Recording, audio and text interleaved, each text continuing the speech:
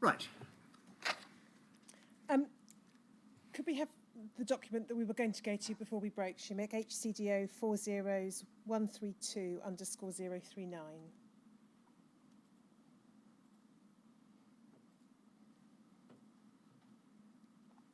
So we can see that this is a letter from you dated the 18th of December 1986. I'm not going to ask you about the specific patient, Doctor, but it refers to a patient having been exposed to an Elstree batch, HL3186, in September 1984.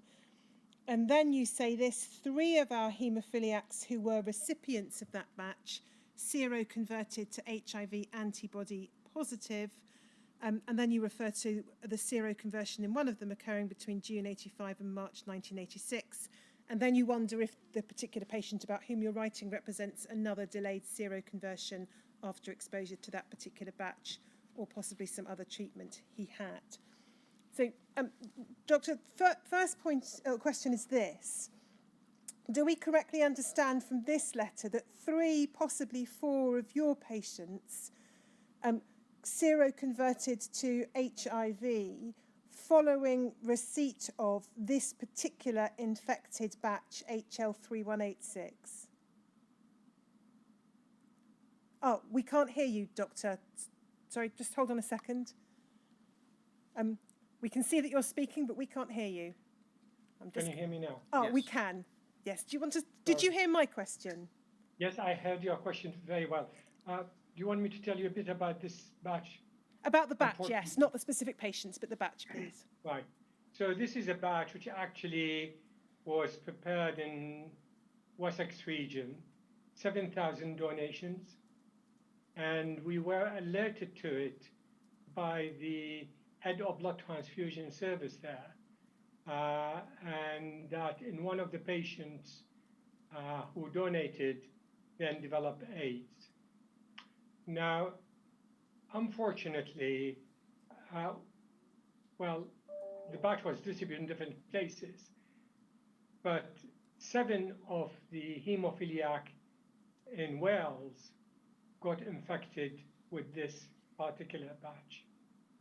And you'd find that in the report of Professor Bloom, actually. So that is the Elstree batch HL3186. And you've kindly sent me a couple of other sort of document, I think last week. But you see they carry different numbers. So would it be in order for me to actually tell you that all these documents refer to the same patient? I'll give you the number of the documents. So the first one is HCDO 000348_005. You'll find that this is the letter from Dr. Ritzer to me, dated the 11th of December, asking me the question is how come that we're having a report of seroconversion in 1986 when we did not see that. Do you want me to repeat that number? No, I think we have it. Oh, so that is the letter from Dr. Ritzer to me, yep. Saying we need to know how come that this patient was not reported before, all of a sudden appear as being reported to us. And can I give you about the same patient? You've sent me 2 other documents and I've tied them together. Can I give you these, please? So the first one is a letter from Dr. Kirscher to Professor Bloom. The number, I'll spell it phonetically, Charlie Victor Hotel Bravo 0000003_65. It'll be _065, I think.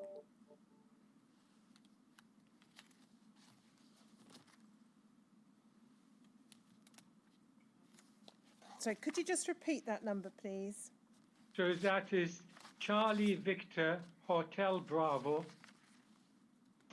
00000003 _ 065.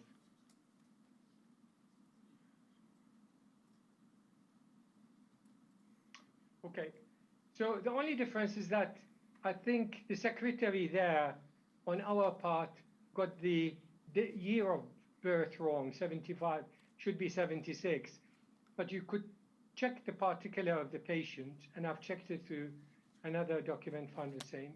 So that is the document which Dr. Kirschit sent to Professor Bloom, saying, would it be possible to see this patient who received HL 3186, and Dr. Kirschit had a meeting with the parents, but he thought that Professor Bloom would need to have a meeting with them.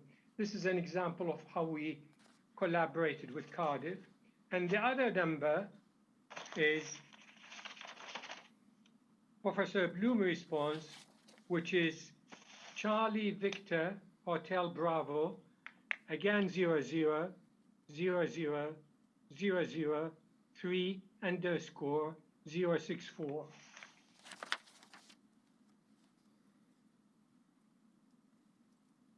And that is Professor Bloom response to Dr. Kirschit.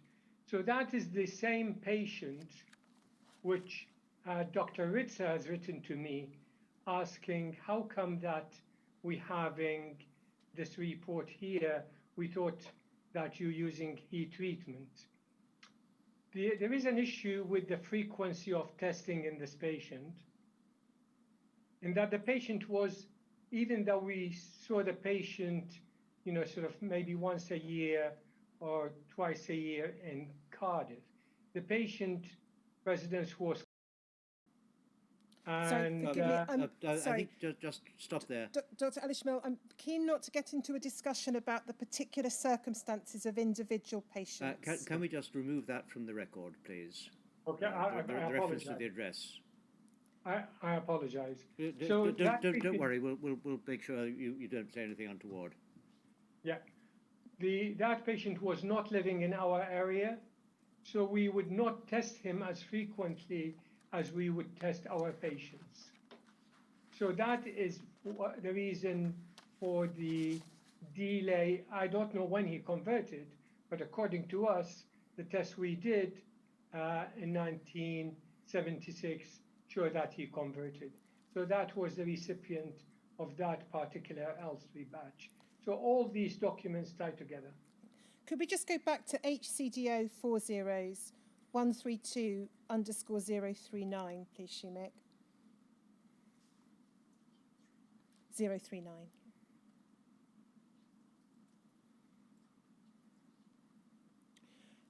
The point I just wanted to clarify with you, Dr. Ismail, is this.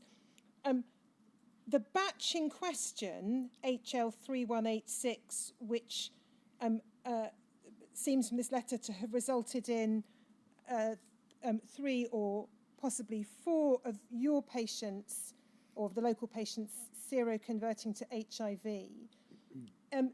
This is a batch that was, as I understand it, supplied in August or September of 1984 for use by the hospitals. So this is the. So I think you made a point earlier in your evidence, Doctor. You suggested that, well, many seroconversions would have taken place in the early part of the 1980s, but a number of your patients were infected at a relatively late stage through the exposure to this particular batch. Is that right? Yes.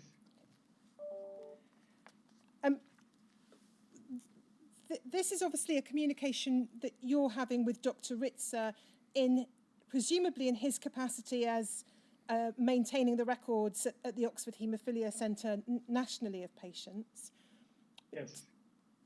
Did you tell your patients that you were providing information on a named basis, so not an anonymised basis, about their HIV status to Oxford? Yes. we told the patients when the tests became positive that we would be sharing the HTLV test was unlike any other test we did on hemophiliac. There was quite a stringent way of doing it, really, in that we could not do it on the patient unless we had actually cancelled the patient. And very often we ask the patient, sort of if they want to bring anybody with them before we do the test. Then we do the test, and when we convey the results, we also do it in one-to-one basis. And we tell the patient that we ask the patient that we need to inform their partner, wife, and whatever. If it is a child, then we would tell the guardian of the child.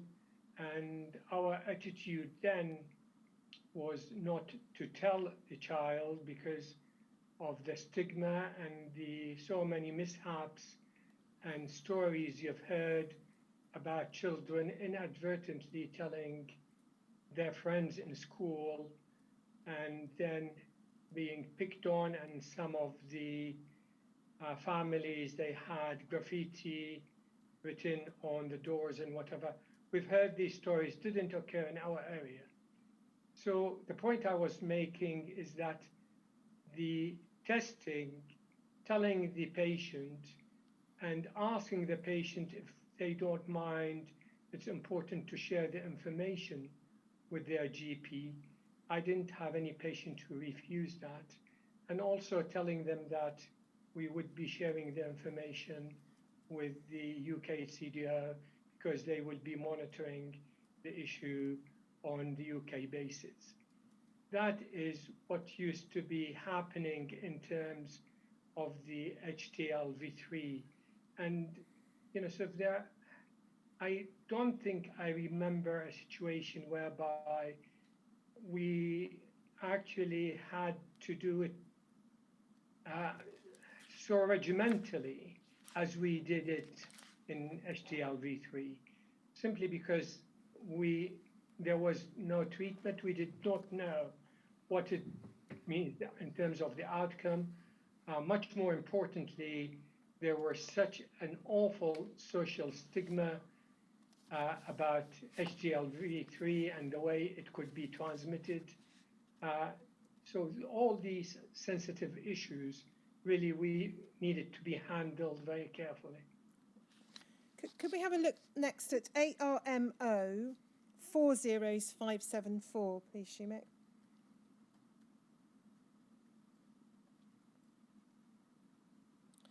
This is a letter that you wrote in August of 1986 to Dr. Christie of Armour Pharmaceutical Company, and you say it's headed heat-treated factor 8 batch Y69402.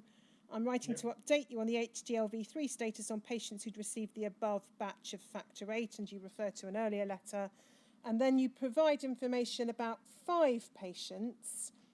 We're not quite clear what the redacted passages bits are, but it doesn't look like you were providing names, but you were providing information about individual patients.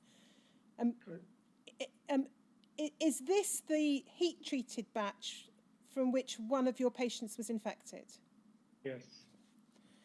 And although this information doesn't appear to contain names, did you tell your patients that you were providing any information about them to Armour?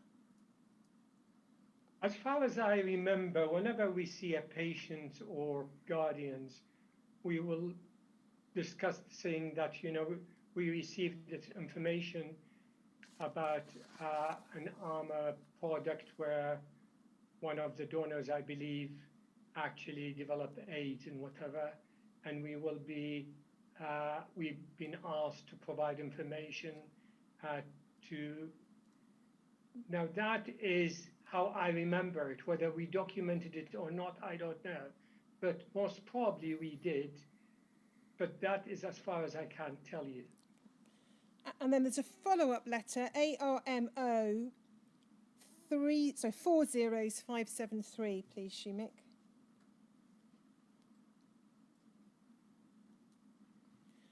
And we can see it's from ARMA to you, dated the 22nd of August 1986. It refers to there having been a visit, and then it says that we've been asked, that's we, ARMA, have been asked by the DHSS to follow up on the progress and history of all other patients who were seronegative at the time this batch was administered to them. And then it said that there's a particular interest is one of your patients, and continues, it would be most valuable to check with you in strict confidence the pattern of previous treatment with heat-treated and non-heat-treated factor VIII concentrates. Perhaps this would best be achieved during a visit if you feel able to disclose this information to me. And there's some later reference to a visit being arranged. Can you recall whether you provided further information along these lines to ARMA? Well, I wouldn't, I mean, as I said in my statement, and that's not just in haemophilia, you get visited by different representative, and some of them will try to find out what I felt about their other products or anything. I was very careful, and I made it very clear to a representative that I will be discussing their particular product. But in this situation, there was, I believe, an issue in the sense that in one of the meetings, which I wasn't party of, it was said that a hemophiliacs in Swansea sort of converted on a heat-treated product. In fact, what they were referring to was the patient we were discussing a minute ago, the patient with the Elstree batch.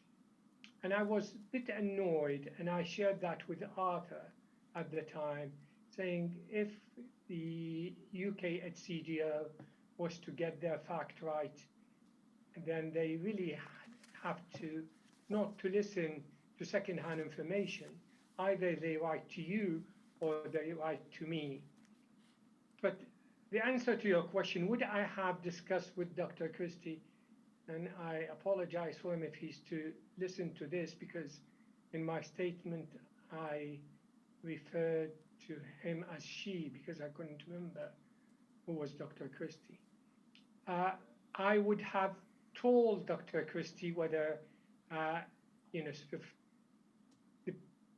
that patient had received his product, but I would not have said, sort of, and I may have said, look, if that patient reported in the UK CDO did not receive your product, but may have received other product, I may have said that, but I would not have given full details. Okay. Can I then move on to the arrangements that were made for testing patients for HTLV3? You've touched on them all. Can I Yes. just be clear? The Elstree batch, given the date that it was administered in September 1984, was almost certainly not heat-treated. Am I right?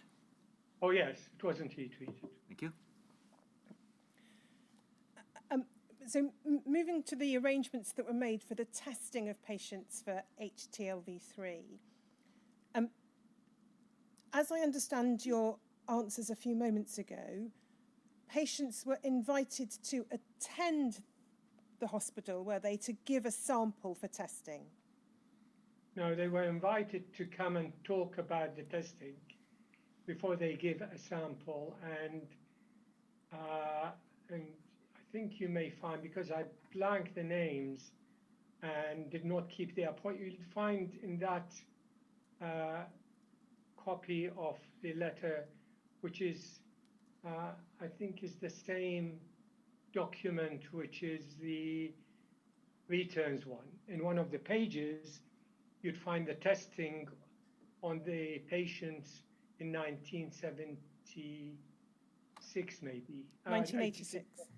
Yeah, and you'd find that some of them did not attend the appointment. So they were given appointments, and the appointment was really to discuss the tests and the significance of the test and the importance of having the test. None of the patients refused the test, but we explained that depending on the result, we'll have another meeting. And as soon as the results came back, that meeting was arranged. And I think I probably would be right in saying most of the patients, when they got the phone call to come to the meeting, they sensed what to expect, particularly when they were asked if they could bring their partner with them if they like. Some of them did, some of them didn't, but it was so important that sort of to explain to them the mode of transmission. If you want to ask me about that later on, but again, I do apologize for the long answer, but the point is the appointment is not just for the test. The appointment is for a meeting and then the test. And so the patients, is this correct? The patients provided a sample, it was sent off for testing, and then when the result came back and you notified patients that the result had come back, was news of the positive result told to them by you or by a nurse or by someone else? No, definitely by the consultant, either me or my colleague, Dr. Bedal.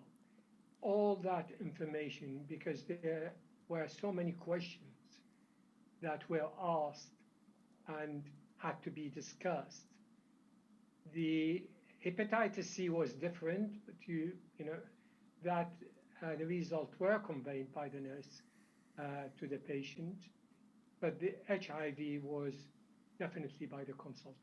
And your statement tells us that 6 adults with severe haemophilia A were HIV positive and 2 children with severe haemophilia A were HIV positive. Yeah. No patient who had mild or moderate haemophilia seroconverted to HIV, and no patient with von Willebrand's seroconverted to HIV. Is that correct? True. Even the patient who had used all these units of cryoprecipitate, she was having regular testing, and even the year she unfortunately died after the accident, she was seronegative for HIV.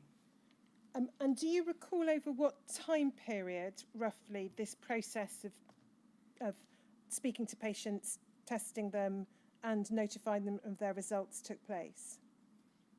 Well, given I'll if you just give me a second, please, because I want to give you more details as I summarize them.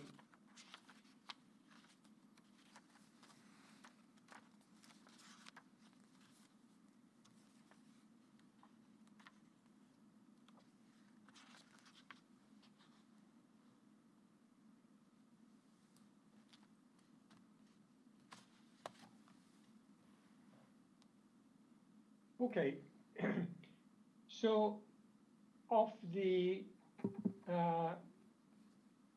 patients who were tested in Swansea, the first test started in December '84. All the patients, except the one which was not living in our area, they were all positive in '84 or '85. The only patient who we tested in '86, as I said, we talked about that patient previously. Now, 3 of these patients were actually very much, even though they were living in our area, they were attending Cardiff. They were tested in our area, but they were seeing more in Cardiff.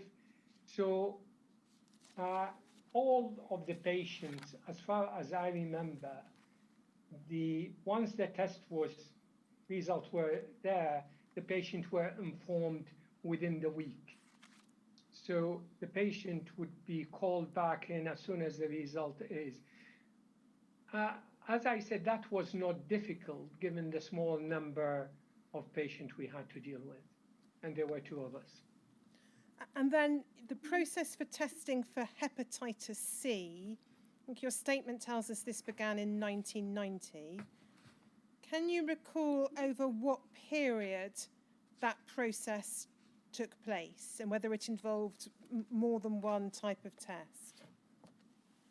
Well, unfortunately, I can't give you the details because we started in 1990 because I found the earliest positive result 1990.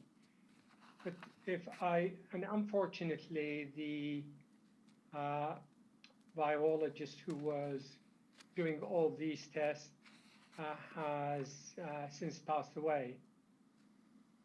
So there was first generation, second generation, and God knows how many generation of tests.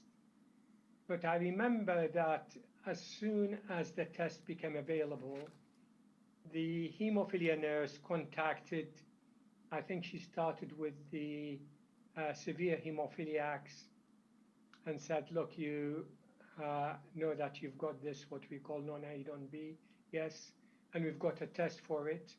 And she actually arranged the test. She would give the patient the form for the test. And I think I've sent you one request form which you could see her handwriting. That's not my handwriting. And the result would come to her. And I've seen some of the results where they came. I've written her name to her name. And she would see the patient. Unfortunately, at that time, as I said, we did not have a proper hemophilia center. So she would call the patient in and tell them the results. And I think what she said, look, if you want to see Dr. Ismail or Dr. Bedal, you just let me know. And I think I've only seen one or two after she gave them the result on their request. Most of them were seen on the ordinary outpatient clinic. Did you receive the results of the tests yourself and see them before they were communicated to the patient, or was it something that was left to the nurse? No, the result of the test would have come to the secretary, and the secretary would have passed it to the nurse. But I've seen, at least in one of the tests, the result actually was put on my desk, and I've written to her name to be given the form so she could communicate the result to the patients. Were there patients? Carry on. Sorry. And the number was, sort of in their 30s or 40s. So the number was much larger than the HIV. And I think most of the ones who came positive had a notion that they probably would become positive because they were told that they've got abnormal liver function tests.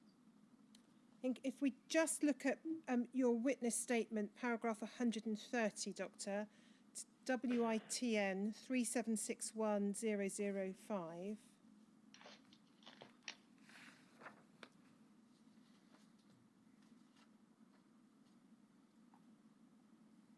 And it's page 41, please.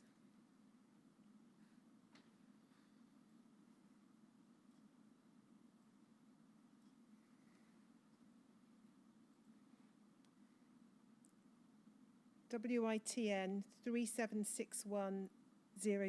I think I might have given you an extra zero there. Oh, my screen's not working, slightly unhelpfully. Is your screen working, sir? The last thing I've got is my screen's not working. Is your screen working, sir? So I think it is. No, in terms of the actual ability to see the documents, I'm not getting any documents. I've got the document, page 41. Did you want me to tell you the references? I've got it. No, don't worry. I think everyone except me has probably got it. Okay, sorry. Fix my screen. It's paragraph 130 of your statement in any event, yes. Doctor, if you have that. Yes. And this is as at 2006. You say 22 had blood-borne virus infections, which was made up of 4 patients co-infected with HIV and HCV, and 18 that had HCV only. Yes. So that's 22 patients with hepatitis C, of whom 4 were co-infected. And that's by 2006. But I think the number you gave us a moment ago was you thought that the magnitude of patients infected was in the 30s or 40s. Are you able to be more specific? Yeah, that may be in 2006, but then if you look at the number of patients in 2019, there were 25. So yeah, I apologize. Well, that's all right. Maybe a bit of exaggeration. Did you have any system in place or take any steps to check whether patients were being informed of their diagnosis promptly by the nurse?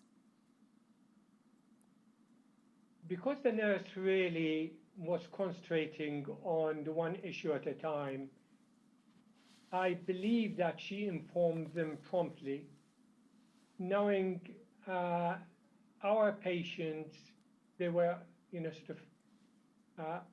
really quite well informed and had good relationship in terms of the Morrison Hospital. I would be very surprised if they did not know the result within a week or two. Very, very surprised. Would you expect... Just a moment. The question actually was whether you had put any system in place or whether you checked to see that had happened. I understand that you're saying you assumed it had.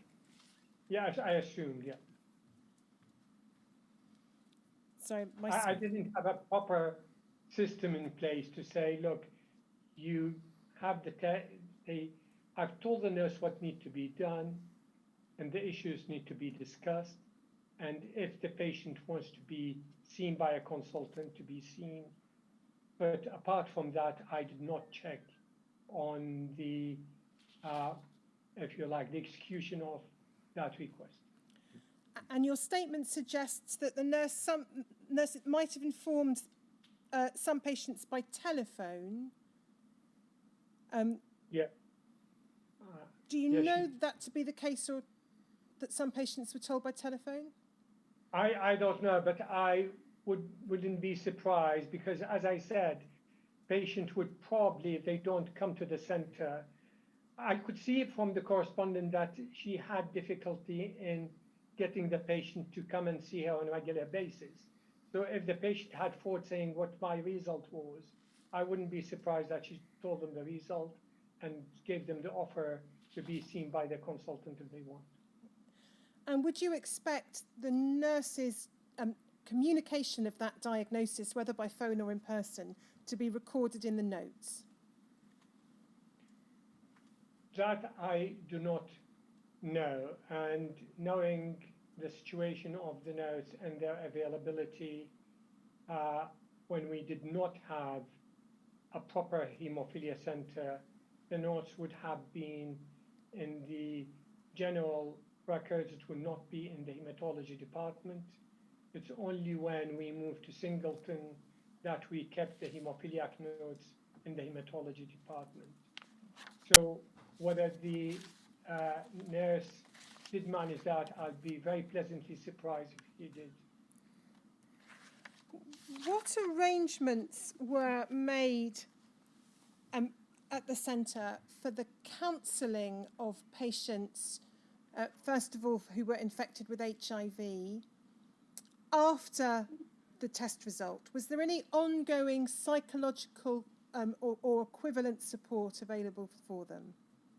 No, we did not have any, but I'll tell you what we offered every single patient to go and see Professor Bloom and his department in Cardiff, because they really had more facilities, and we had one psychiatrist who actually was helping us with the patients with hematological malignancy, and if there was any issue with any other patient to be counseled, we would have referred to him, but I can't remember any particular patient who had maybe requested that need that. So the quick answer to your question, unfortunately, we did not have anything until 2004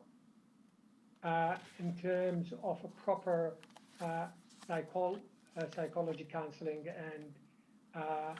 and attached to the Haemophilia Center.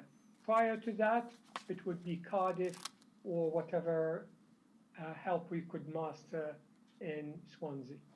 I think you said a moment ago 2004. Do you mean 2014, which is what your statement suggests? 2014, I beg your pardon. Yeah, you're absolutely right. In terms of HIV care, to what extent was HIV care something that you undertook, or did you make arrangements for referrals for specialist assistance? Okay, so when the HIV patients come through, first of all, it started with the homosexual and drug addicts. And my colleague, the late Rafe Corbell, came to see me and said, look, some of these patients will need to be admitted because they are immunocompromised. It will be best if we could have a look at them together. And then there was a new consultant respiratory physician appointed, and we actually recruited him into this group of clinicians to discuss any patient. So that started with the patient with acquired immune deficiency outside hemophilia. When the hemophilia patient started to occur, then that arrangement continued until the need or the availability of treatment for the patient and the appointment of a specialist, a genitourinary physician who took specialization in HIV. I think he was appointed in 1995 or 6, I can't remember. But he was appointed to look after the non-hemophiliac HIV population. When he settled down, and I've asked him whether he would consider seeing the hemophiliacs, he said the only place he could see them is in the genitourinary clinic, and he would not have, we did not have the ability to come and do a joint clinic with us. So I put it to the patients. Some of the patients agreed to it. Some of the patients actually reminded me, saying, look, do you mind if we go to the genitourinary physician? But some of the patients refused point blank to go to the genitourinary physician department. I remember one particular patient. Fortunately, that was the only patient who did not require any treatment for HIV, but he said he would not go to the genitourinary department to be seen, and I suspect if he would need to have anything done, he would have to be seen with the genitourinary physician in my department. The good thing we had is that we were able to monitor CD4, CD8 long before the HIV came in. We had a flow cytometer, and we were using that for hematological malignancies. So when the HIV hit us, both in terms of the homosexuals, the drug addicts, as well as the hemophiliacs, we were, if you like, the center who would do the testing for these patients, both for us and for the West Wales, anybody who wants to have a test on their patients. For our patients, we kept the records in the notes as well as giving it to the genitourinary physician for the patient who is entirely under the geophysician, we send the results to them. So we knew what is happening to our patients even when they were referred to the genitourinary physician in terms of the CD4 count. Needless to say, we also saw them regularly in the outpatient clinic and asked them if they have any symptoms and whatever, and offered them the prophylactic treatment and whatever. In terms of the patients who were diagnosed with hepatitis C in the 90s, were they all referred to, I think, your colleague, Dr. Kingham, for assessment and management, or did that vary depending upon the particular circumstances of the patient? Did I hear you right? You said hepatitis B. Hepatitis C. Okay. So after they were diagnosed with hepatitis C in the 1990s, did you refer all the patients who were hepatitis C positive to Dr. Kingham? Yes. Before we referred, we told the patient, would he like to be referred to the liver specialist? Some of the patients said, do they have any treatment for me? And we'll say, well, as far as we know, we don't have any treatment, but they could monitor you. Some of them accepted, some of them refused. And even when the treatment became available, and I remember, some of them were very well informed, sort of professionals. And I said, look, treatment is now available. Would you like me to refer to them? And they said, look, we read about the treatment, and because we feel okay, we don't want to be referred. But when the the proper treatment came through later on, they all accepted referral.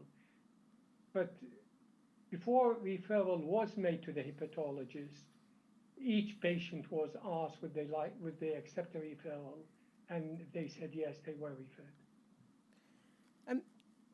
If we have up on screen, please, and I'm now looking at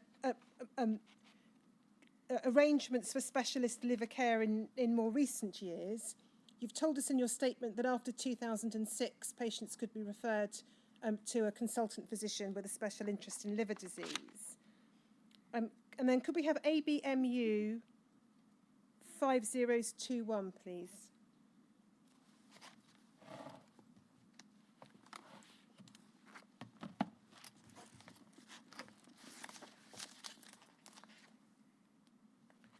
So you'll see this refers to an issue about, this is from in 2011, about access to a Fibroscan and the hope being expressed by the specialist physician to you is that you were hoping, or they were hoping to have one soon. Can you recall how long it took before Fibroscan provision was available for patients in your area?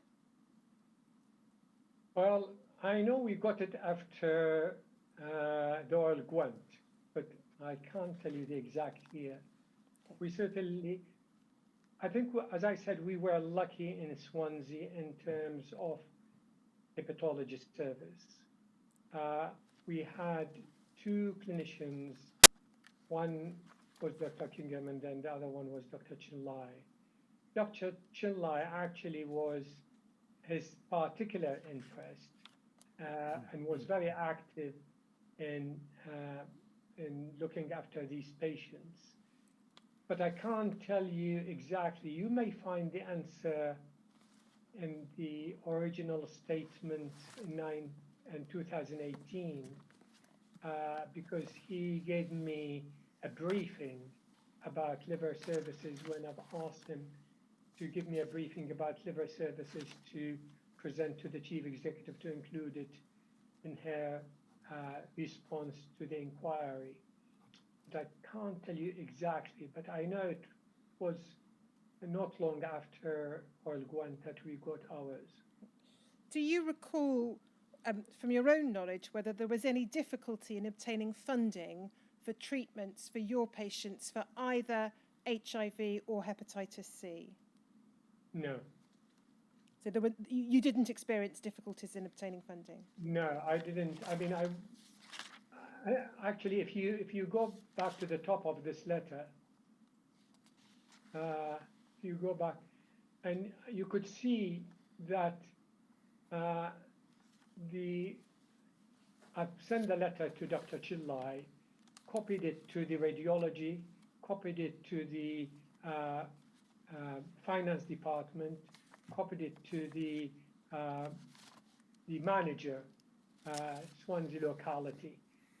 To tell you that we really needed to have as much pressure as possible to say that, look, we really desperately need, sort of a proper monitoring of these patients.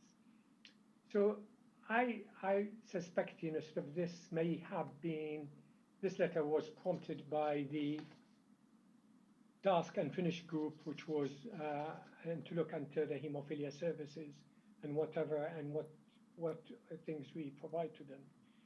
But I do not remember either the GU physician or the hepatologist saying to me they are experiencing difficulty in getting proper funding for drugs. I know that Dr. Chinlai actually got the protease inhibitors initially for some of our patients because he recruited them into national and international study, and that's how he got the protease inhibitors. But as soon as the protease inhibitors became available, I know that it made available to all the patients. And I tell you that I know that because I was chairing the medicine group, which is part of the WSMG, that is to monitor the entry of drugs in Wales. And Wales was one of the first who actually allowed all the protease inhibitors to be available to hepatitis C. Dr. Ismail, I'm not going to ask you about the detail of the VCJD notification process because we have quite a lot of documentation about that. But can you recall whether, and if so, to what extent, patients' status of being at risk for public health purposes, did that cause difficulties for them in terms of accessing surgery and the like, or cause deferments of surgical procedures? Well, not in terms of accessing surgery, definitely none whatsoever. But in terms of deferring, unfortunately, some of the patients forgot to tell the person they were referred to. And when they were referred without our knowledge, and by our knowledge, the hematology department knowledge, whoever had accepted the referral from the surgical side or the endoscopy side would have written to me saying, what am I to do in terms of treatment of this patient? We picked some of this patient through this way, saying, look, just hold on a sec. This is a patient who needs special arrangement for the endoscope because it has to be quarantined, or for the equipment, if they are not disposable, to have to be quarantined. Did you know about that? And of course, you tell the patient forget, GP sometimes forget, colleagues who have been circulated with a different notification forget. So, but in terms of accessing surgery or accessing endoscopy or accessing any service, no patient was refused such intervention based on their risk factor, but some of them may have been given an appointment, but that appointment had to be altered simply because it came to the attention of the treating surgeon or physician that special arrangement need to be made. Dr. Ismail, I've got a handful of questions suggested by others that I want to ask you about next. So we may dot around from topic to topic now. Could we have, please, the doctor's witness statement back on screen, WITN 3761005, and could we go to page 20, please?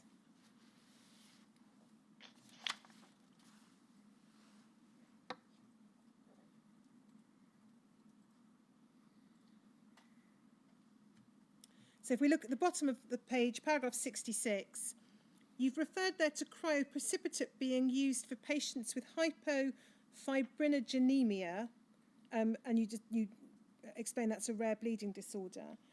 How much cryoprecipitate did patients with that condition tend to require? Well, they usually requires about 10 packs. And it is something which is people still were using even just before I retired, simply because fibrinogen was not licensed. I know that some of my colleagues in Cardiff were using fibrinogen, but we continue to use cryoprecipitate in patients who have hypofibrinogenemia.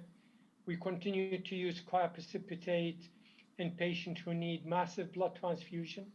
We have a cardiac center, and so there are patients who would have, bypass surgery, patients who would have valve surgery, and they usually would require cryoprecipitate simply because they would have massive blood transfusion. And so the usual thing is to give 10 units of cryoprecipitate, check their fibrinogen level, make sure it is above 2 before you stop giving them cryoprecipitate. And were any such patients in that category infected with HIV or hepatitis C as a result of their treatment? Not to my knowledge. Mind you, I think since that all donors were checked for HIV and then later for HCV, then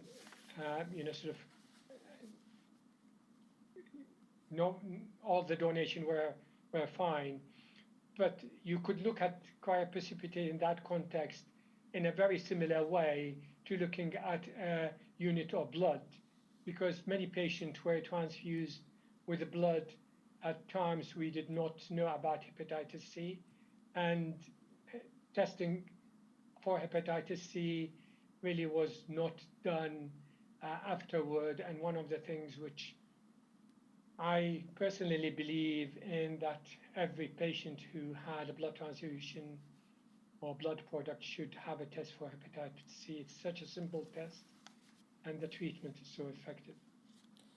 You said during the course of your earlier answers this morning that when you were trying to find out what the various stages were for ordering products, you couldn't access all of the blood transfusion records before 1984, and you said that that was possibly something to come back to. Could you just expand upon that, please? I think you've sent me a document last week, and that is why I thought you may be coming back to it. So let me tell you a bit more about this. So prior to up to 1980, all the blood transfusion documents, that is blood and blood product apart from the Haemophilia Act, were actually paper documents, and they were since been many years been lost. Then between 1980 and 1984, we acquired the computer system called Telepath, and or maybe before that we acquired a computer system. And anyway, so in 1985 that was changed, maybe changed to Telepath, and we were told that the previous computer system we would be microfiched and stored, but that actually, it was microfiched, but it was unrecoverable.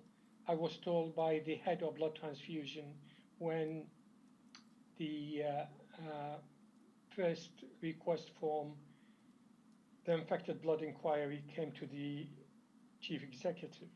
In 1985 to 1981 was Telepath, and this is the one which was microfiched. And then after 1991 until 2003, we changed to another system called ACT, And when that laboratory system moved to another system called Master Lab in 2003, all the documents were transferred to Master Lab. So anything really which was in telepath, if you like, you would not be able to get any documentation after 1991 from our computer system, unfortunately. Sorry, after 1991 or 1981? 1991. So after 1991, before 1991, you could not retrieve anything. And are those records of blood transfusions? Yes. They're not records relating to haemophilia patients?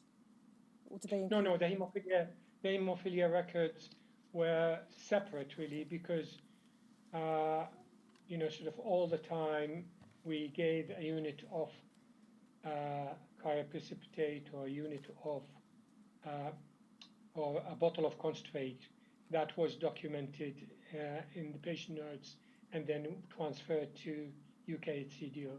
So that's different. Next question, Doctor. You'll recall this morning we talked about the annual returns and the fact that DDAVP doesn't feature on the returns until 1985. You thought that an explanation for that might be that DDAVP was ordered by the pharmacy and that its use may not have been communicated to the person completing the returns. Yeah. Who was it who completed the returns? Was it the centre director? No, I wish. Well, the centre director, as I said to you, would not have the time to complete the returns. These returns have to be done on a daily, weekly basis. So it was the MLSers. And I'm ever so grateful to them because it's not really part of their job until the haemophilia nurse was appointed. And then the haemophilia nurse was filling the returns. And we, as the director, whether it's Dr. Kershid or myself, looked over the returns and made sure that there is no major inaccuracies. But the DDAVP would be ordered on a drug chart, and it still is, which will go to the pharmacy, and the pharmacy would issue the DDAVP. So unless we highlight that to the person who's doing the return, the person who's doing the return would not know about it. When the haemophilia nurse came in, then she would know exactly what each hemophiliac patient would have received for any particular treatment. So any DDAVP would be entered in the patient notes and would be on the chart, so she would know about that. But the MLSers, if we do not communicate that information to them, they do not see the patient notes on a regular basis, or they don't even see the patient notes. So the onus really was on us to communicate that to them. But we can see that the 1985 return does record DDAVP. Why, if it was being used earlier than that, was it not recorded on the 1982, 3, 4 returns checked by you and Dr. Kershid? Well, I mean, you're asking me something which I can't give you the answer to. 1985, I took over checking the returns, and I'm sure you have to remember when Dr. Kershid was working, and until I came to the scene, he was working single-handed. He was doing all the things then 2 hematologists did, then 3 hematologists did, then 4, 5, 6 hematologists did in recent years. So, sort of there is a limit to what a person could do.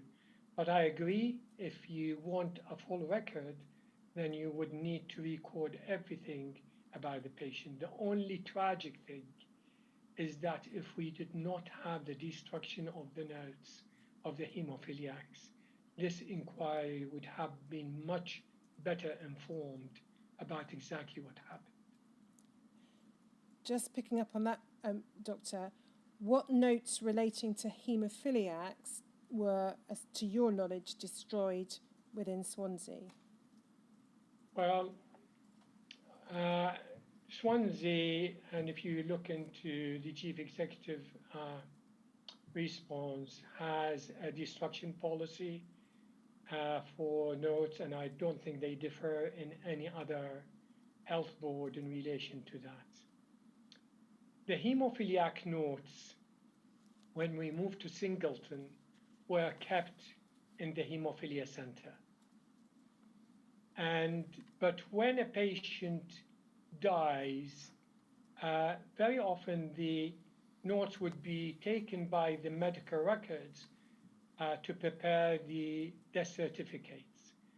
And unless you insist on the notes being returned because you wanted to complete it one thing or another, then that would be put in with the other notes, and I think after 8 years or whatever, they would have been destroyed.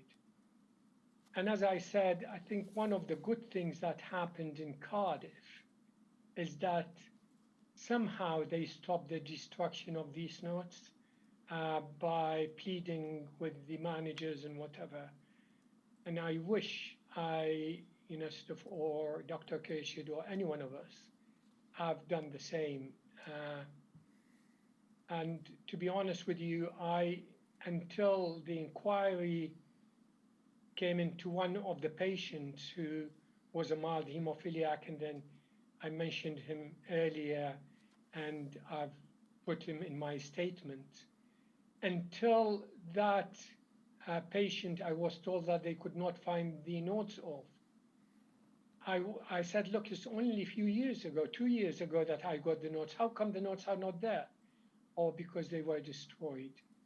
I did not know about that policy about hemophiliacs until that time, but it is one of the things which, it would have helped immensely. Either the inquiry would have been conducted many years back, or we did not have any destruction of the notes, because then you would have the facts as not just trying to recall from one's memory 30 or 40 years ago. I asked you earlier about the treatment policy in relation to mild haemophiliacs, and you discussed the possibility of treating a mild haemophiliac with concentrative surgery was required. Between 1980 and 1985 or 6, when heat-treated products became available, what would the treatment policy have been for a mild haemophiliac who required surgery if there was no NHS concentrate available, and so the choice was between cryoprecipitate or commercial concentrate? Heat-treated or not heat-treated? Not heat-treated.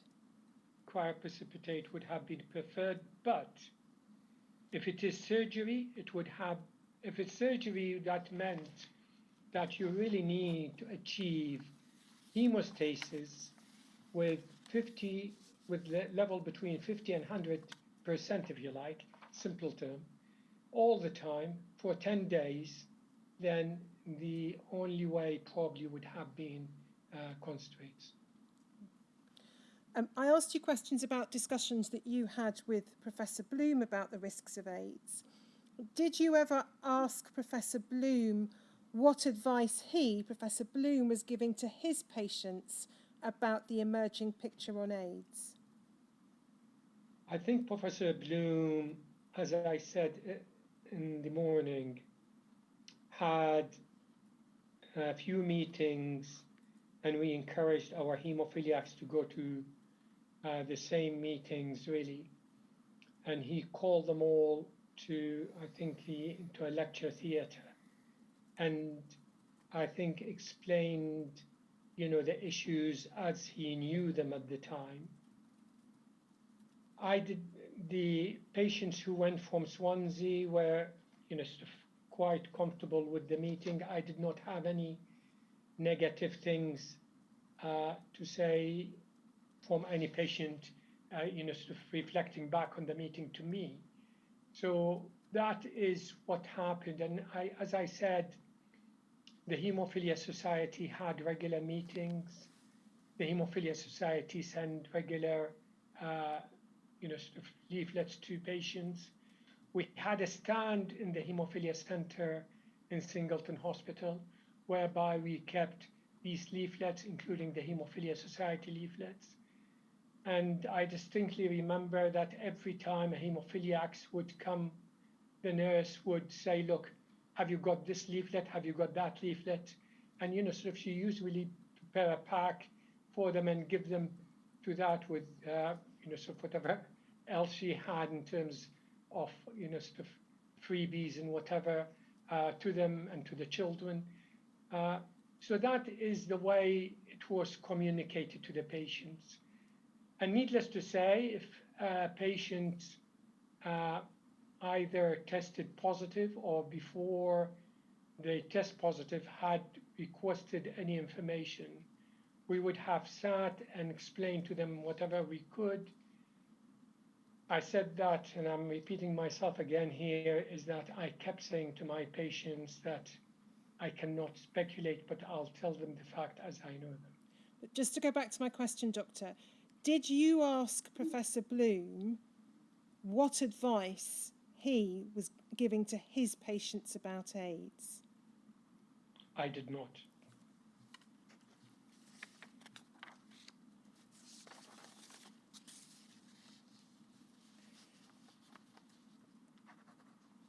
Do you accept that there may have been haemophiliacs or patients with bleeding disorders who were not members of the Haemophilia Society or not regular attenders at a haemophilia centre or regularly engaged with the Haemophilia Society, particularly if they were infrequent bleeders and had mild or moderate haemophilia?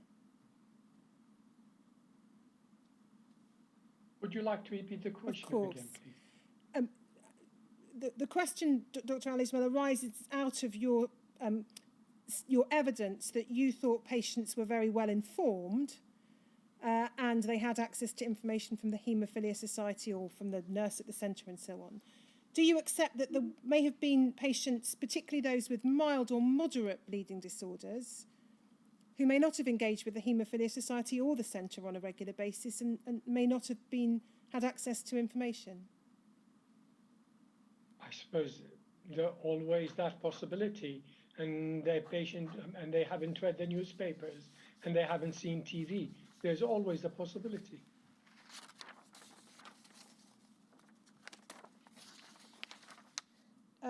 In relation to the authorisation of purchases for commercial products, you said earlier you didn't sign invoices or the equivalent. Do you know who did, not necessarily by name, but in terms of the role or job description of those who signed the invoices or authorised the actual purchases? Would have been a finance director of, it would have gone to the finance director office and, whatever the arrangement they have there. To your knowledge, in the 1980s, did the Welsh Chief Medical Officer play any part in arrangements for the supply of blood and blood products in Wales or in providing information to consultants such as yourself? I don't know anything about that, really. I don't know whether they had anything. I know that they were never named in any litigation, but I don't know whether they were engaged in any way in relation to blood or blood products.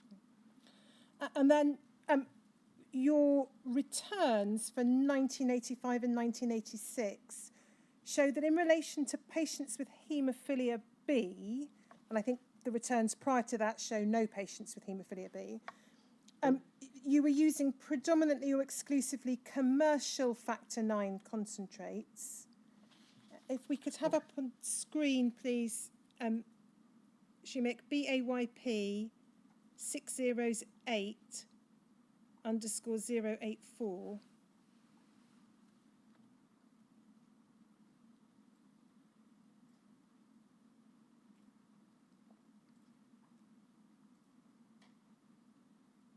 Go to the last page of this, please. This is another internal cutter document, Doctor. And we can see at the bottom paragraph, the last paragraph, please. It says most English centres are receiving NHS factor 9. Swansea is an exception.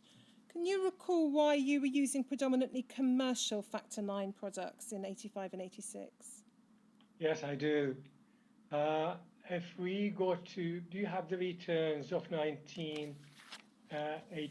Yes, we do. That's WITN 3761008.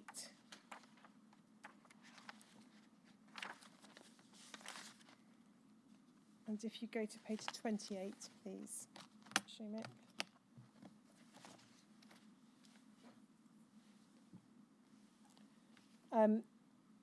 So that's haemophilia A. If you go on, sorry, if you go on 2 pages, it should be the return for 1985 for haemophilia B. Right. So as you rightly said, up to 1984, we didn't have a single patient with haemophilia B. In 1985, one patient, a 39-year-old, came in. He actually moved from London to us. He was in St. Thomas's, and I had a letter. And the reason why I recall that so vividly is because I only looked at it last week. And I had a letter from St. Thomas's to say that so-and-so is a patient with severe haemophilia B, and he's moving to your area. They did not tell me what the patient was on. So the first question, he was actually seen by my colleague, Dr. Bedol, on the 2nd of August, 1985. And Dr. Bedol recorded that the patient is on heat treatment product. And that is, I could figure out from the notes. So that is why he went on heat-treated product. And I could not find out whether he was started on alpha and then cutter or vice versa, or whether we started on the same one as he was in St. Thomas's, because St. Thomas's letter did not tell us exactly what product he was on. And my colleague has written to Dr. Savage at the time saying, can you please give me full details of what the patient was on?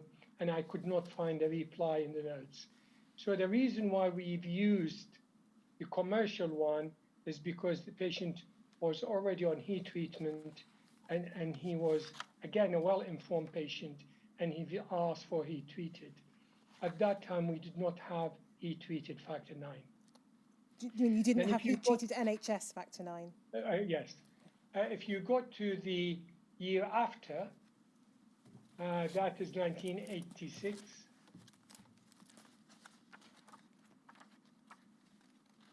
That should be,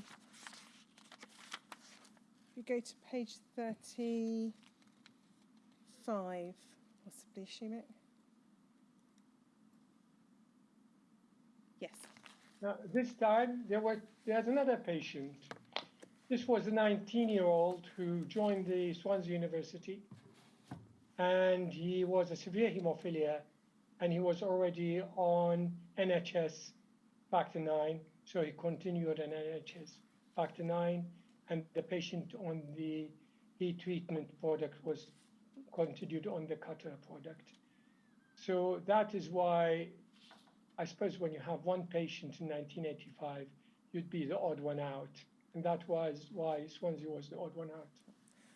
And then you referred a few moments... Just pause for a moment. At this time, 1986, there would have been heated factor 9, wouldn't there not, from the NHS? Yes, I think so. Thank you. You referred a few moments ago to a meeting or meetings which you understood Professor Bloom to have arranged in a lecture theatre or equivalent in Cardiff. Do you know approximately when that took place? No, unfortunately, I can't tell you, but it was soon after I don't know whether it was before his patient developed acquired immune deficiency, or I can't tell you. Right, thank you. So those are my questions for Dr. Ismail. Do you have any questions for him? Yes, I do. Just a few, if I may, Doctor. Can we go back to your witness statement at page 18?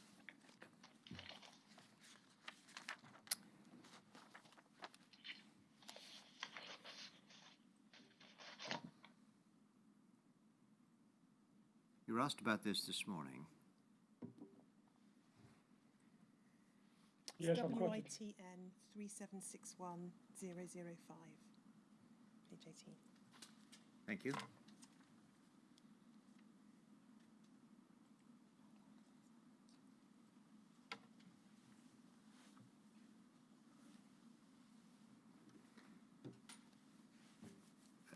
You were asked about paragraph 56.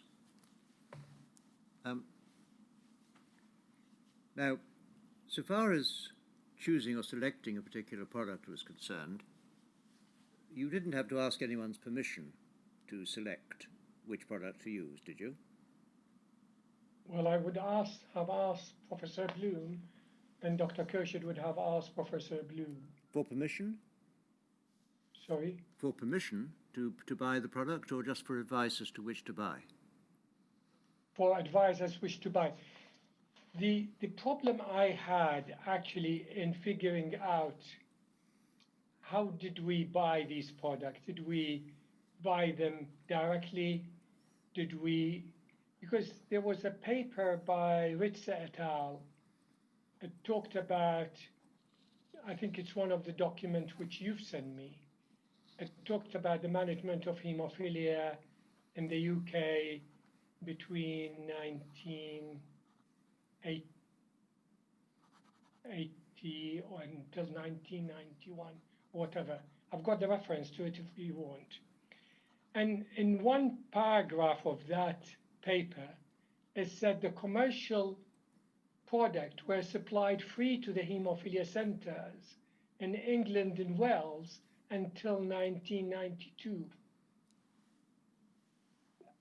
And if you ask me what did that occur or did not that, and I actually put it in my statement, I said I believe that the commercial product were supplied free based on that paper.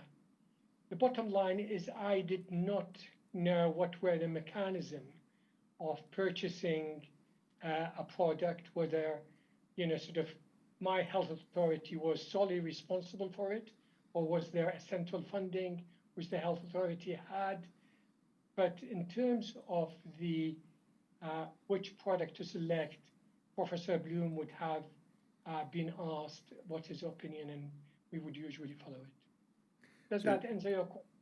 Well, it does. You've said, which is consistent with the evidence you gave about when you went with Qatar, you said you'd asked Professor Bloom for his opinion, and he'd given you it. But it's in relation to 56(2). You didn't know the mechanism for purchase. When selecting a product, I understand that you relied heavily upon what Professor Bloom was telling you. Well, but in your answers, you gave a further reason, I think, which was that the product had been licensed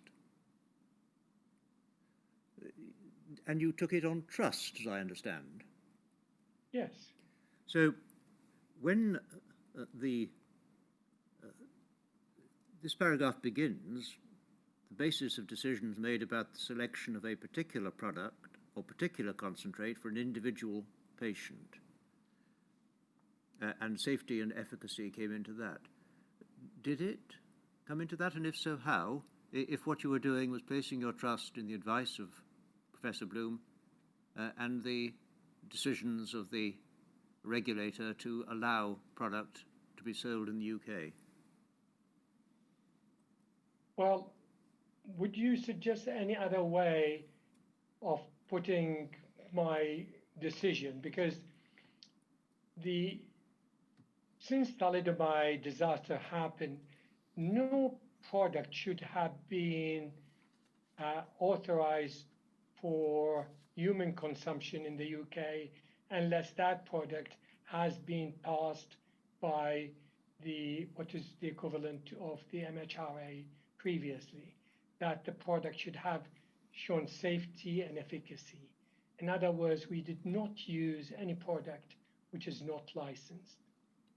Professor Bloom's advice would have been on the basis that he would have an experience in what product would probably be be better than others in whatever measures he used. So the safety and efficacy of a selected product, I personally would not have any other way of assessing them. I see. So this was really relying upon the regulator doing its job properly, and for that matter, those who had more experience perhaps in treating those with haemophilia, giving you their best advice. Absolutely. Thank you.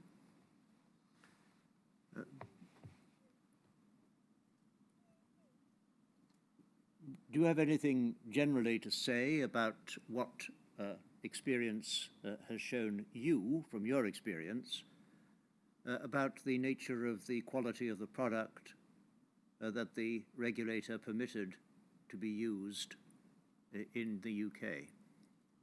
Well, do I need to say much except that, sort of, if the regulator had known or had any information about the source of donation which have been used for any product, these products should not, in my opinion, should not have been allowed to be marketed in the UK. Unfortunately, and I say that with, heavy heart really, that even in the UK, the blood transfusion service relied on sourcing blood from prisoners at some time, I was told. I can't tell you the figure, but I'm sure you would have access to that information. I think if the regulator had any information about the Skid Row type of donations that were used to prepare the product, foolishly, probably they thought hepatitis B, once it's excluded, everything is fine, and that is clearly not a way forward for anybody who would think at any time, even now, that we know everything about what blood and blood product could transmit. So I think the regulators at the time has really failed in making sure that whatever is marketed in terms of blood and blood product, whether that is from the abroad or from the UK for that matter, should really have had probably proved more safety than, sort of just to be taken that hepatitis B was excluded. Thank you. Can I turn to something else? Please. You said in one sentence which caught my ear in particular, in hematological malignancy, you truly can't take a decision for a patient. Now that was my note of what you said. And what struck me about that was the word truly. You truly can't take a decision for a patient. Does that reflect your general understanding that other clinicians in the country sometimes did take decisions for patients? There were certain circumstances in which you, in particular, found you simply couldn't. I can't speak in generality like this, but I know that... Well, I'm asking you about what you said, you see. That's and the word truly did strike me. I was trained in terms of hematological malignancies in Cardiff, and that was most of the training I remember what my consultant, Jack Whitaker, used to do with leukemia. And I sat with him when he discussed a new diagnosis with a patient and their family. And I was taken back for the first time. I noticed that a consultant cannot really tell the patient what to do. I did not, it's not something which you experienced before. When you come a junior, you think in medicine, you're always seeing your seniors making decision and convincing the patient. And hematological malignancy did not work like that, because as I said, even though you may have a good treatment, and even though that treatment may actually be curative, you may lose the patient just through the side effect of the treatment. So you explain to the patient what are the risks and possible benefits, and then you put it to the patient and ask them for a decision. Very often, and most of the time, the patient will take the decision that they would go for a particular treatment. But I had a number of occasions when I was a consultant, and I sat with a patient and explained the diagnosis and the treatment. And the fact that once I start the treatment, they have to spend about a month in hospital before the second course of treatment. And then they asked me what are the chances of them recovering completely, and I explained the percentage. They turned to me and said, "No, thank you very much. I'd rather go home and come back to you and have a blood transfusion whenever I need it. And how long am I likely to live?" And I would say, well, about half of the patient will die within 3 to 6 months. And he said, "I'll take that." I had that occasion. And so, and I think that in a way is the current thinking, not just in cancers and hematology and whatever, in modern medicine, is that you really explain, you try to empower the patient to give them as much knowledge as you can convey to them in a simplified way as possible without going into details of pathophysiology and whatever, and try to get the patient to make the decision for you. So the way you see it is it that treatment is something that is done for a patient rather than done to them? Yes. My role is to explain to the patient to the best way I can as what are the conditions they have, what is the ailment, what can we offer them, what does that mean in terms of their quality of life, what does that mean in likely change to their longevity and their survival, and may even, when they ask for graphs, show them the graphs, and then ask them what they want to do, and try to encourage them not to make an instantaneous decision. Try to encourage them to go away, read about that. I always told patients when the internet became available, please do go on the internet if you wish to go on the internet. Read as much as you like. Come and talk to me, because I would only tell you what I know as facts. And I found that really so easy with the patients, because I don't really need to write in full details every single word I've told the patients. I would almost certainly know what I have told patient A and patient B, because it would be exactly the same.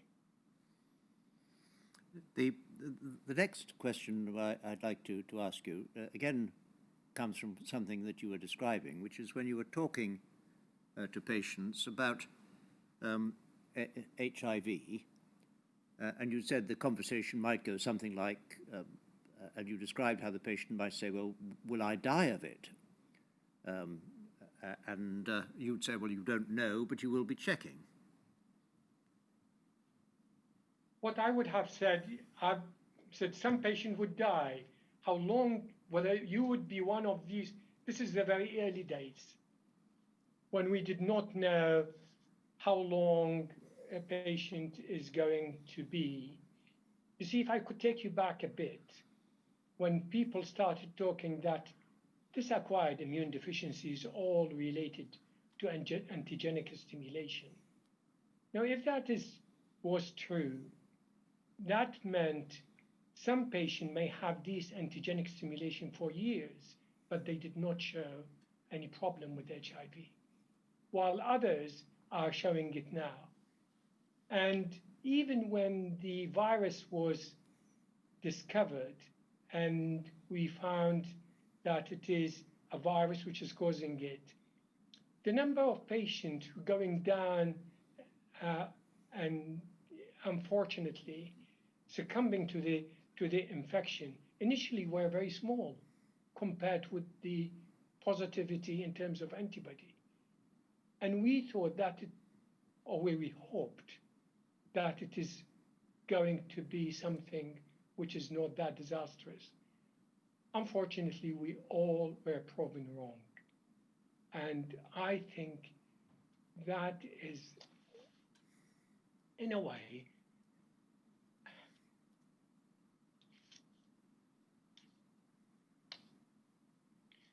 yeah, that was the tragedy, really. Do you want to say any more about that?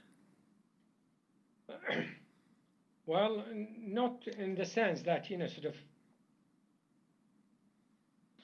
the initial thinking that the HIV maybe is going to be different in the hemophiliac from the other patients group because the hemophiliac did not have any other what we thought contributing issues, all proved to be wrong.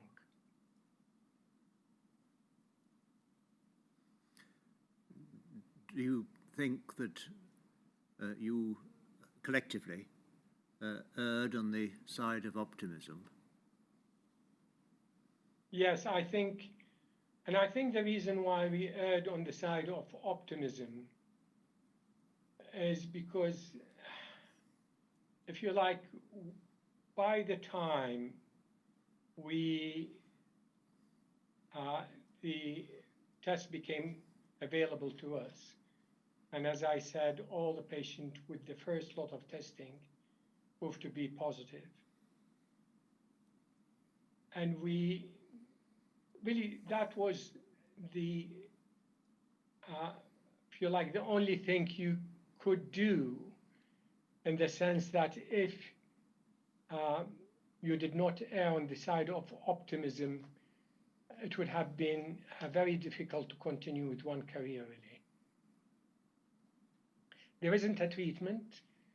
There isn't anyone who will tell you in which path these patients are going to go.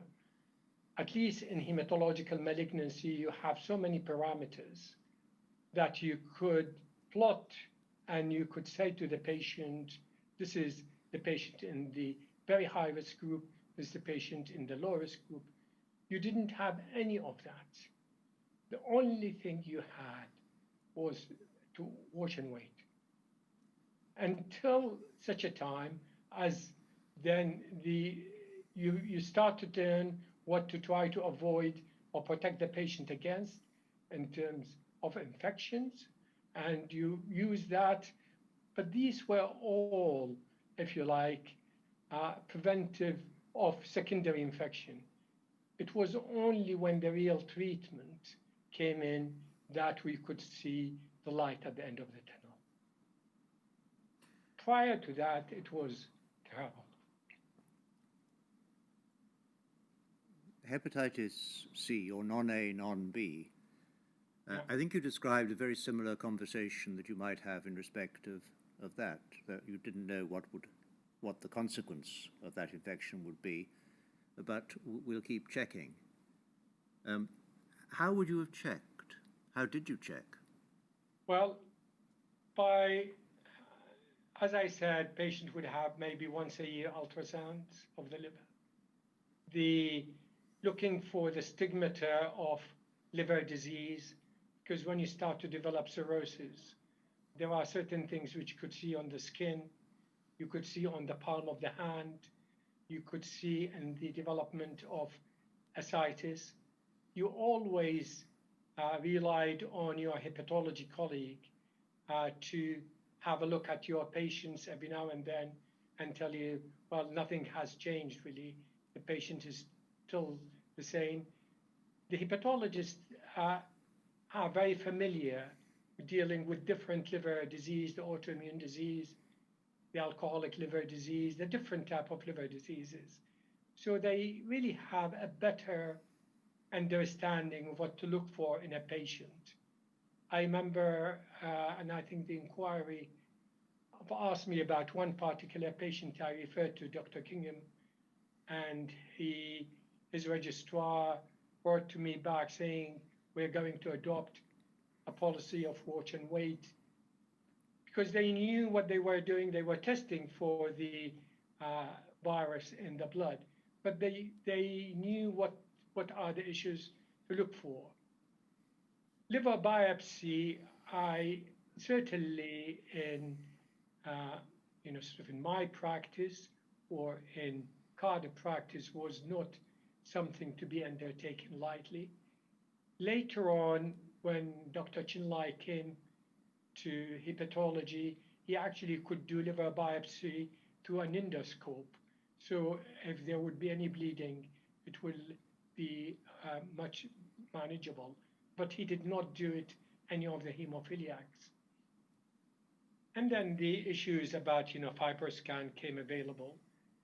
And as I said, with the hepatitis C, I think it is a sad story, but the happy ending is that for the vast majority of the patients, the effective treatments came into effect. And I think we're hoping that all these patients would have a normal life expectancy. Thank you. The last thing which I want to ask you about is in respect of the number of patients of yours who converted to HIV, seroconverted. And I think you said there were 8.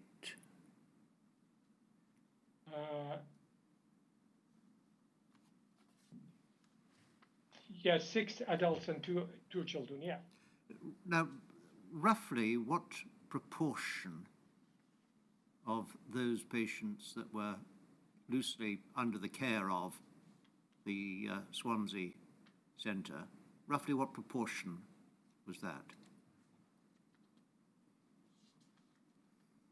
What proportion of all the patients? Yes.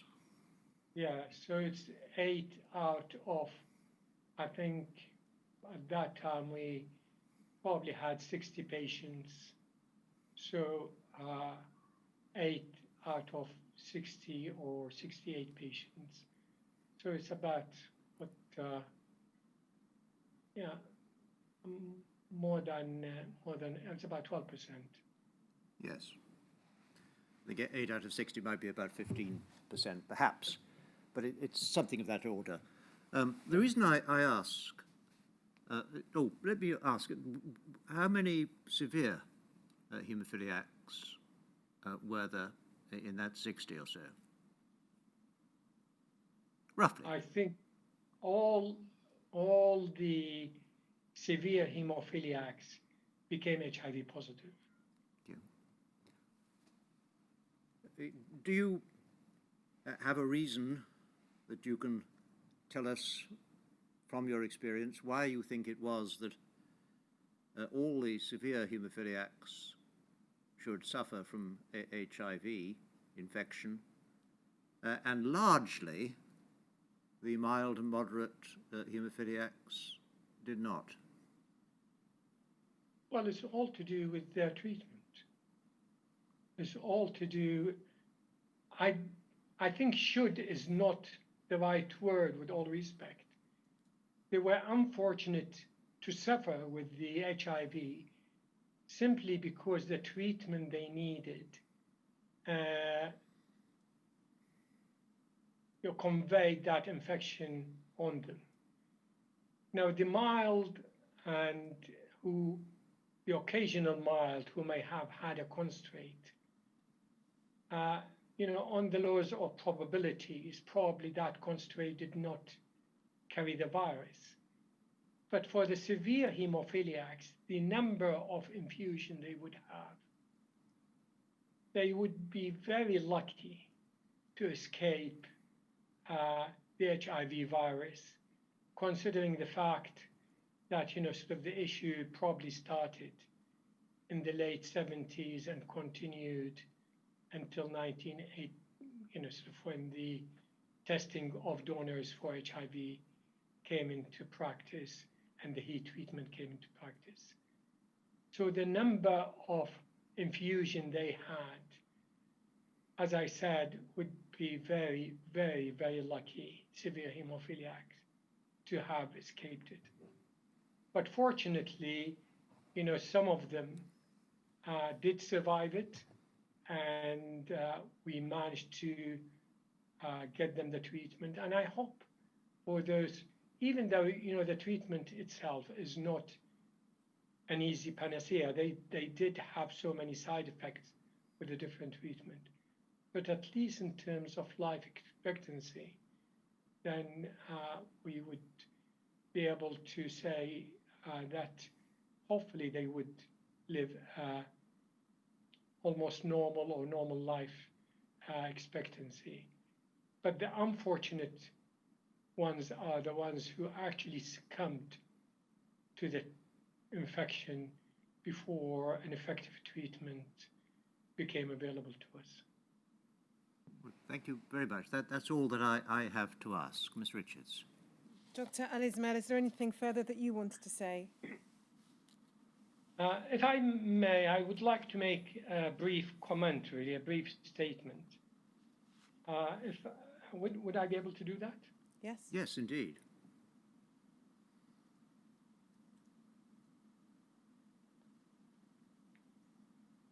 Well, I've written it down, so I didn't want to miss any of the important point.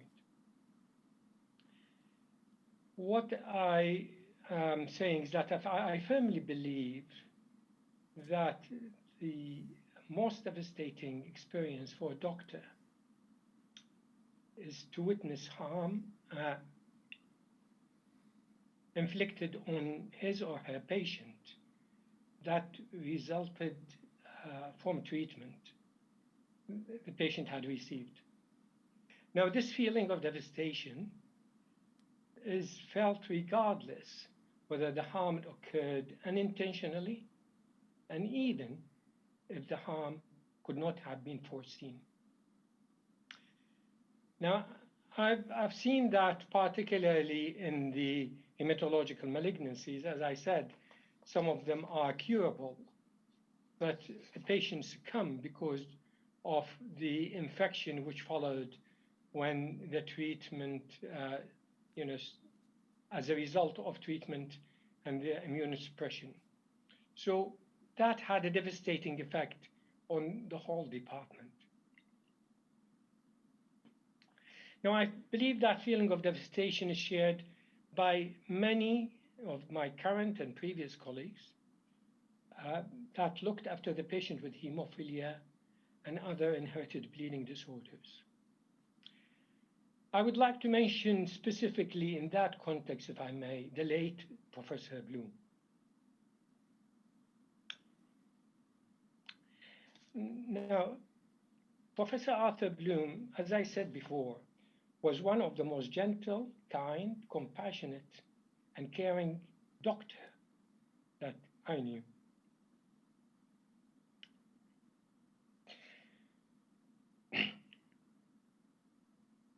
He was also an excellent mentor. I think it is true to say that his main aim in his professional life was to improve the care and outcome for the patients with the inherited bleeding disorder. Arthur was a wise man, truly wise man, and hence you find that his involvement in so many national and international advisory groups, really, in hemophilia and allied disorders. As I said before, he was never an opinionated man. Always listened to the views of his patient. And as I said, he used to sit down on the side of the bed of the patient and give the patient as much time as the patient would. But he also listened to his colleague. Now, he taught us about the devastating effect of hemophilia on the life and well-being, not only of the patients, but also their families as well. He really drilled that into us. Now, I remember, and this anecdote, there was a very pleasant young man in his late teens with severe hemophilia. He was from the Far East and was referred to Professor Bloom for advice and management in Cardiff. Now, that patient, I think that was second or third year I was in Cardiff. Now, that patient had the most deformed joints I've ever witnessed. Now, and I remember, I told the other registrars who were not doing hemophilia at the time that we had that, and they would go and ask Professor Bloom whether they could go with him and see the patient, because none of us have seen such terrible joints. Now, Professor Bloom told us that such picture was not unusual, not uncommon in the UK before the advent of constraint. Now, I taught medical students, throughout my career, but sort of from the 2000 onwards, or maybe before the 2000, it's difficult when the session comes to talk about hemophilia and try to show them young patient with hemophilia under the age of 40 with a deformed joint. Fortunately, you would not find one. I do believe that Professor Bloom became aware, maybe in the early 80s, that acquired immune deficiency could be transmitted by treatment to hemophiliac.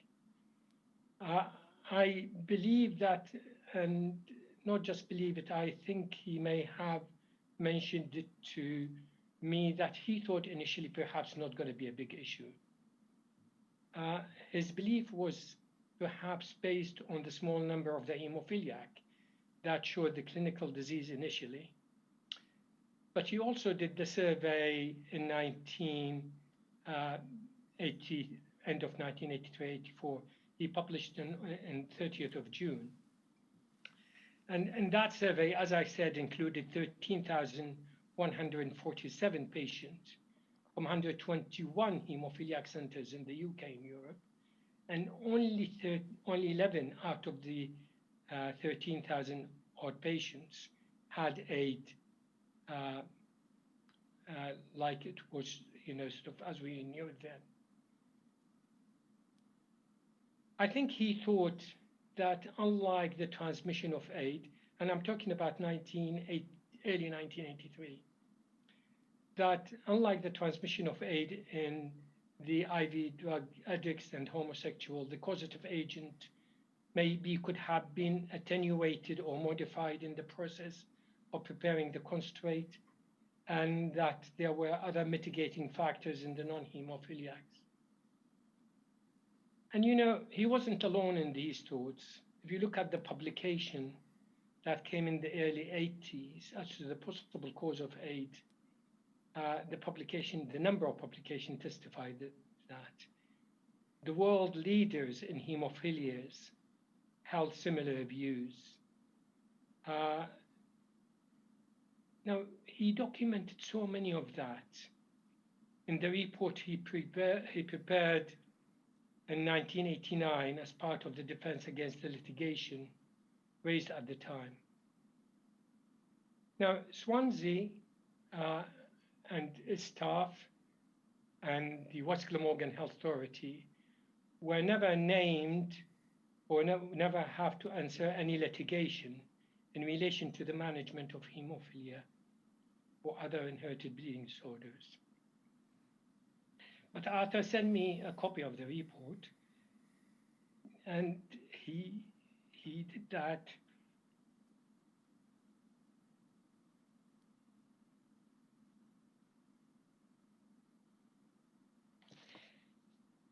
because some of the patients who he looked after were shared with Swansea, and he said, you know, I think you should read this.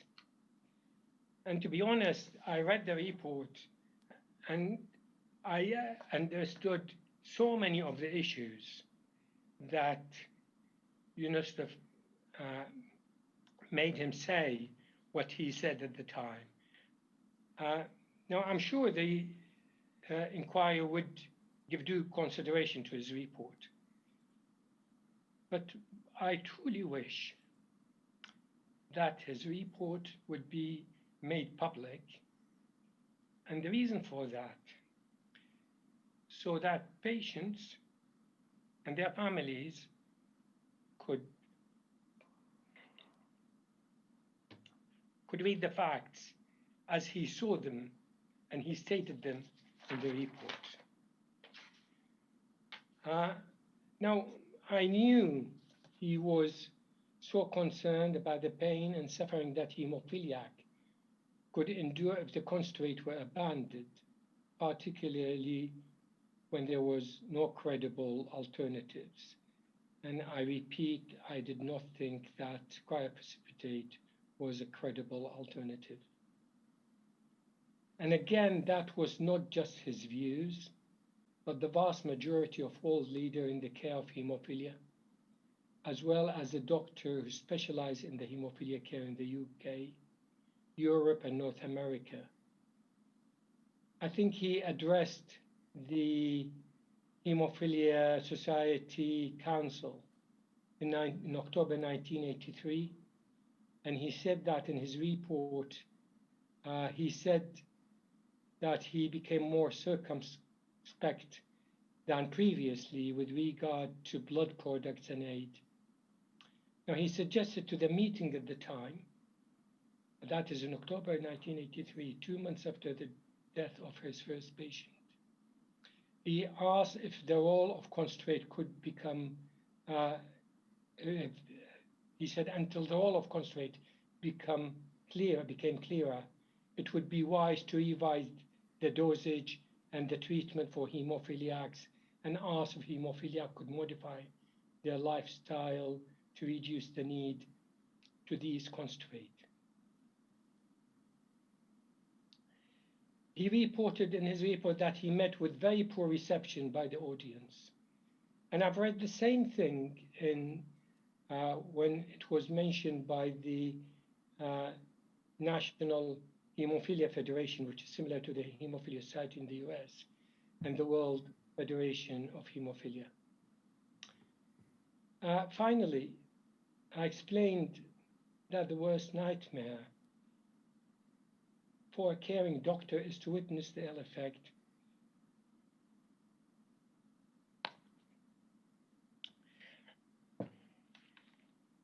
of the medication on their patients. Now, I truly witnessed that on Arthur.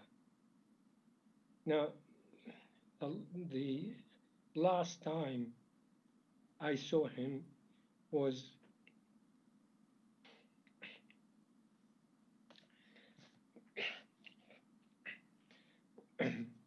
on the 18th of September 1992. I think it was a UK HCDO meeting. Now, I had not seen him before that meeting for quite a long time, actually. And I was taken back. You know, whenever we used to meet, he was full of, he had a big smile on his face and whatever. But he really looked terrible.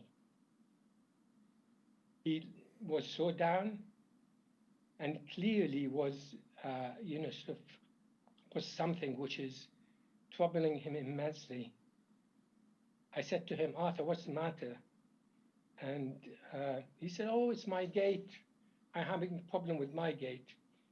And then when I pressed him, I really did not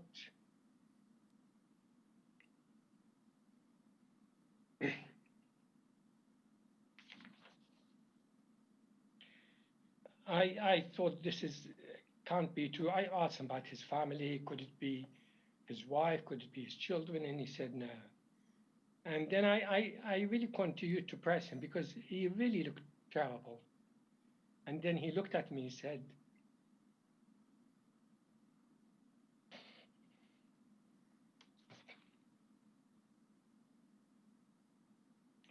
sorry. He said, Saad, our patient have come to great harm. Now, I firmly believe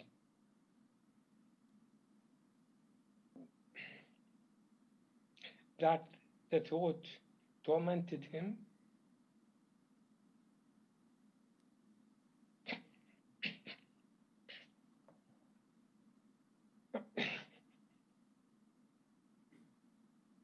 For the rest of his life. Now, that is regardless of the fact that he and my colleague, Dr. Les Morford, published a series in 1985 in the Lancet to say that they did a look back and they found that their HIV conversion started in the 1980s. So he knew that he could not have changed much of what happened later on. But that made no difference to him. And I really feel that until he died, that feeling of sadness stayed with him. It did not make a difference to his feeling of sadness for the hemophilia patients, what they had to go through, and what they are currently going through as well. Thank you. Well, thank you, Dr. Ismail. I'm sorry that we've kept you here for longer than you might have anticipated, but you don't have to come back tomorrow. Thank you. And I'm sorry, too, for those who have been listening remotely, that they may have been on the screen for much longer than they, too, had anticipated, because they, too, are part and parcel of this hearing. But can I thank you in particular for giving us a view of what it was like to be in a much smaller centre, close to a centre of influence and knowledge in Cardiff, and for giving us your views from being the trainee doctor to taking up your role in 1984-85 in Swansea at the various places that you operated. The inquiry is grateful to you for that and for your full answers in your statement. So thank you very much. So tomorrow we have Dr. Mitchell at 10 o'clock. At 10 o'clock tomorrow, Dr. Mitchell. Thank you.